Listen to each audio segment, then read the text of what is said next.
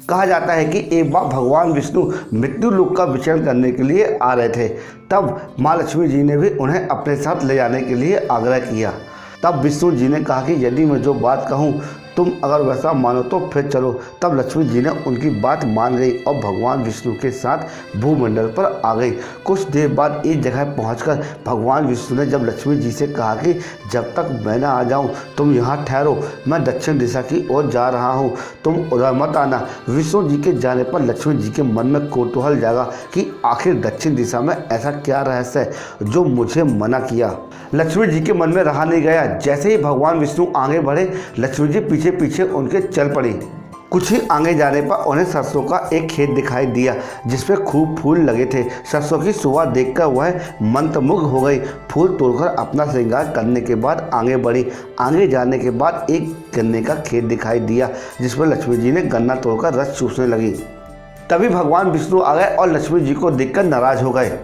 उसी क्षण भगवान विष्णु जी आए और ये देखकर लक्ष्मी जी पर नाराज होकर और उन्हें श्राप दे दिया कि मैंने तुम्हें इधर आने से मना किया था, तुम ना मानी, किसान की चोरी का अपराध कर बैठी। अब तुम इस अपराध के जुर्म में इस किसान की 12 वर्ष तक सेवा करो। ऐसा कहकर भगवान उन्हें छोड़कर क्षीरसागर चले गए। तब लक्ष्मी जी उस गरीब किसान के घर रहने लगी। एक दिन लक्ष्मी जी ने उस किसान की पत्नी से कहा कि पहले स्नान करो और स्नान करने के बाद मेरी बनाई गई मूर्ति लक्ष्मी जी की पूजा करो, फिर उसके बाद रसोई बनाना, देखना तुम्हारी मनोकामना कैसे पूरी होती है। किसान की पत्नी ने भी ऐसा ही किया। पूजा के प्रभाव से और लक्ष्मी जी की कृपा से किसान का घर दूसरे दिन अन्न धन रत्न स्वर्ण आदि से भर गया। लक्ष्मी जी ने किसान को धन दान से पूर्ण कर दिया। किसान के 12 वर्ष बड़े ही आनंद से कट गए। फिर 12 वर्ष बाद लक्ष्मी जी जाने के लिए तैयार हुई। भगवान विष्णु जब लक्ष्मी जी को लेने आए तो किसान ने उन्हें भेजने से इनकार कर दिया।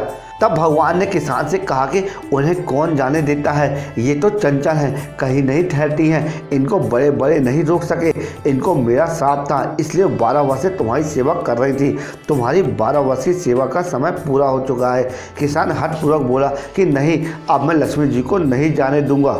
तब लक्ष्मी जी ने किसान से कहा कि अगर तुम मुझे रोकना चाहते हो तो जैसा मैं कहूँ वैसा करो। जी ने कहा कि हे किसान, तुम मुझे रोकना चाहते हो, जो मैं कहूँ वैसा करो। कल है तेरस, तुम कल घर को लीप पोत कर स्वच्छ रखना, रात्रि में घी का दीपक जला के रखना और सायंकाल में मेरा पूजन करना। एक तांबे के कलश में रुपए भरकर मेरे लिए रखना, मैं उस कलश में निवास करूँगी, किंतु पूजा के समय मैं तुम्हें दिखाई नहीं दूंगी। इस एक दिन की पूजा से वर्ष भर मैं तुम्हारे घर में रह जाऊंगी। ये कहकर दीपक के प्रकाश के साथ 10 चारों दिशाओं में फैल गई। अगले दिन किसान ने लक्ष्मी जी के कथा अनुसार पूजन किया। उस घर में धन धान से पूर्ण हो गया। इसी वजह से हर तेरस के दिन लक्ष्मी जी की पूजा होने लगी।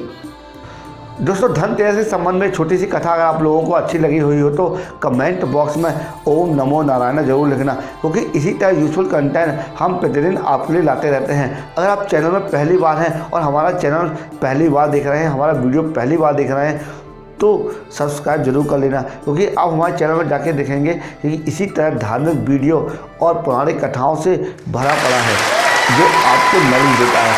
अगर कहानी आपको यूजफुल लगी हो तो लाइक सब्सक्राइब जरूर करना और हो सके तो दोस्तों को शेयर भी करना। जय श्री राम।